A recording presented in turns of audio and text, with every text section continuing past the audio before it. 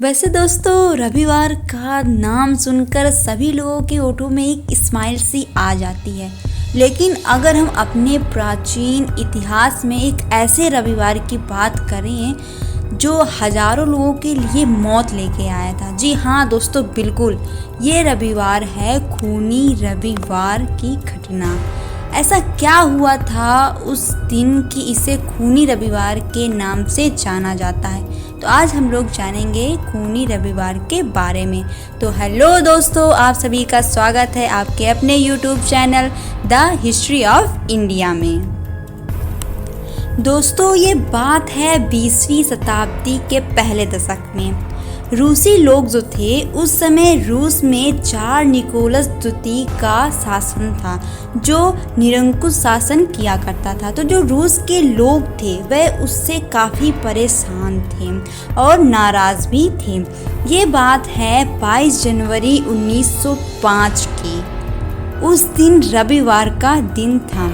रूस के जो मजदूर थे और जो प्रदर्शनकारी थे वे एक जुलूस निकाल रहे थे। किसके खिलाफ? निकोलस द्वितीय के खिलाफ, क्योंकि वे निरंकुश शासन किया करता था।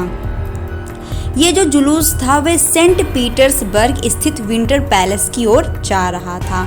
प्रदर्शनकारी जो थे वे रूस में वर्किंग क्लास की समस्याएं जैसे मजदूरी, काम के घंटे और काम की स्थिति से निकोलस को अवगत कराना चाहते थे, क्योंकि उनके जो दौरा था वो काम ज़्यादा मात्रा में लिया जाता था और घंटा भी ज़्यादा था, और वैसे उनकी जो पेमेंट थी वह उन्हें कम दी जाती थी और उन पर काफ़ी अत्याचार किया जाता था। तो इसीलिए वे निकोलस के खिलाफ सिर्फ उनको अवगत कराने के लिए वो जुलूस निकाल रहे थे। जब वो लोग पीटर्सबर्ग स्थित विंटर पैलेस में बढ़े तो उन्होंने वहां पर गुहार लगाई, लेकिन उन लोगों की बात सुनने की बजाय निकोलस द्वितीय जो थे उन्होंने सिपाहियों से कह दिया कि इन पर गोली चला दो, और सिपाहियों ने आदेश के अनुसार निहत्थे लोगों पर गोलियां चला दी, जिसमें से उनकी जो मजदूर की जो पत्नी थे, जो बच्चे थे, उन पर अंधाधुंध गोली चलने लगी, जिससे कई लोगों की मौत हो गई। यह घटना बड़े पैमाने पर हुई थी और उस दिन रविवार का दिन था। इस कारण इसे खूनी रविवार या ब्लडी संडे के नाम से जाना जाता है। इस घटना के बाद रूस के लोगों में निकोलस द्वितीय के खिलाफ क्रांति की भावना बढ़ती चली गई। आखिरकार जो एक क्रांति में बदल ही गई। इसलिए कुछ लोग इसे 1905 की रूसी क्रांति के नाम से भी याद करते हैं। अगर हम इसमें मौतों की संख्याओं का आंकड़ा लगाएं तो खूनी रविवार के इस दिन मारे गए लोगों की कुल संख्या अनिश्चित है। रिपोर्ट के अनुसार जार के अधिकारियों ने 96 मृत लोगों को और 333 घायल लोगों को दर्ज किया है, लेकिन आपको बता दें कि सरकार विरोधी सूत्रों ने 4000 से अधिक मृतकों का दावा किया था। एक अनुमान के मुताबिक औसतन लगभग 1000 मारे गए या घायल हुए, जो कई इतिहास की किताबों में जानकारी हमें मिलती है। ऐसा माना जाता है कि जिस समय ये जुलूस सेंट पीटर्सबर्ग विंटर पैलेस की ओर बढ़ रहा था तो उस समय जो जार निकोलस द्वितीय थे वे विंटर पैलेस में नहीं थे और उनके सैनिकों को गोली चलाने का आदेश उनके द्वारा नहीं दिया गया था। लेकिन खूनी रविवार की घटना के लिए व्यापक रूप से दोषी उसी को ठहराया जाता है।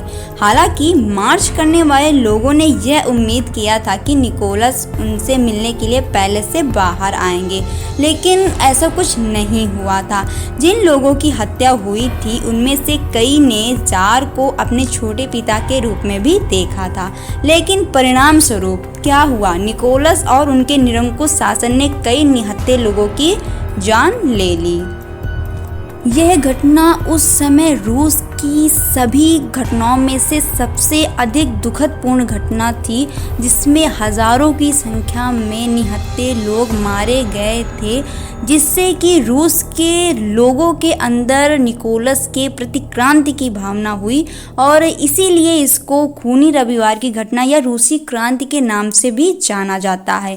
तो दोस्तों, आज की वीडियो में इतना ही। मैं जल्द ही हाजिर होंगी फिर इसी तरह के एक नए ऐतिहासिक वीडियो के साथ, जहां पर हम लोग इतिहास के कई सारे राज का पर्दा उठाएंगे और करेंगे बहुत सारी महत्वपूर्ण बातें। तो अगर आपको मेरी ये वीडियो पसंद आई हो तो प्लीज़ आप मेरे चैनल को लाइक और सब्सक्राइब कीजिए।